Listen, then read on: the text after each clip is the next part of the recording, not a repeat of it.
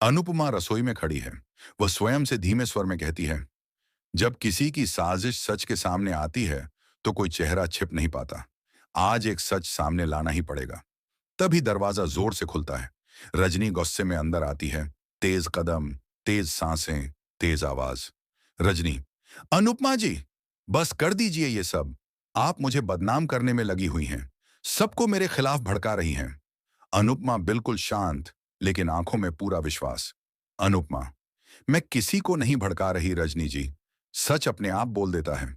रजनी व्यंग्य से बोलती है, सच? आपके मुंह से सच? आप ही तो सबके बीच झगड़े खड़े कर रही हैं। अनुपमा धीरे से काउंटर पर रखा एक छोटा ऑडियो रिकॉर्डर उठाती है। पूरा घर स्तब्ध हो जाता है। अनुपमा, मैं कुछ नहीं कह रही। आपने ही कहा है, और अब सबको सुनना चाहिए। वह रिकॉर्डर का बटन दबाती है। रजनी की अपनी आवाज सुनाई देती है। अनुपमा को नीचा दिखाना ही पड़ेगा, नहीं तो मेरे प्लान कैसे चलेंगे। पराग और घर वालों को उसके खिलाफ करना होगा। जब झगड़ा होगा, सब मुझे हीरो समझेंगे। रिकॉर्डिंग बंद होती है। घर में एक पल को मृत्यु जैसी खामोशी फैल जाती है। पराग एक कदम आगे बढ़ता है, आंखों में क्रोध और विश्वासघात।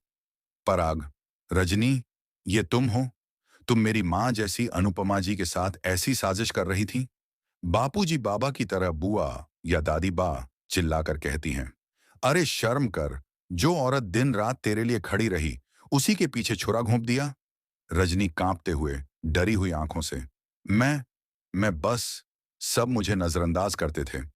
मैं बस खुद को महत्वपूर्ण महसूस करना चाहती थी। अनुपमा उसकी आंखों में सीधा देखते हुए कहती है, महत्वपूर्ण बनने के लिए इज्जत कमानी पड़ती है, साजिश से सिर्फ नफरत मिलती है। रजनी की आंखों से आंसू गिरने लगते हैं। रजनी, मुझे माफ कर दीजिए।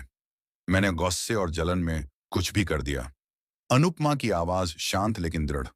गलती सभी से होती है, पर गलती को छिपाना सबसे बड़ी गलती होती है। तुम्हारी हरकत ने पूरे घर को तोड़ सकता था। परिवार का माहौल धीरे धीरे नरम पड़ने लगता है।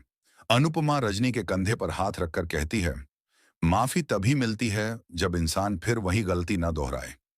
यदि तुम सच में सुधरना चाहती हो, तो यह घर तुम्हें एक मौका देगा। रजनी रोते हुए उसके पैर पकड़ने जाती है, पर अनुपमा उसे रोक लेती है। अनुपमा, पैर नहीं, दिल झुकाना पड़ता है। बस सच्चे मन से सुधर जाओ। सब लोग राहत की सांस लेते हैं। घर का तनाव कम होने लगता है। कैमरा धीरे धीरे अनुपमा के चेहरे दो पर झूम करता है।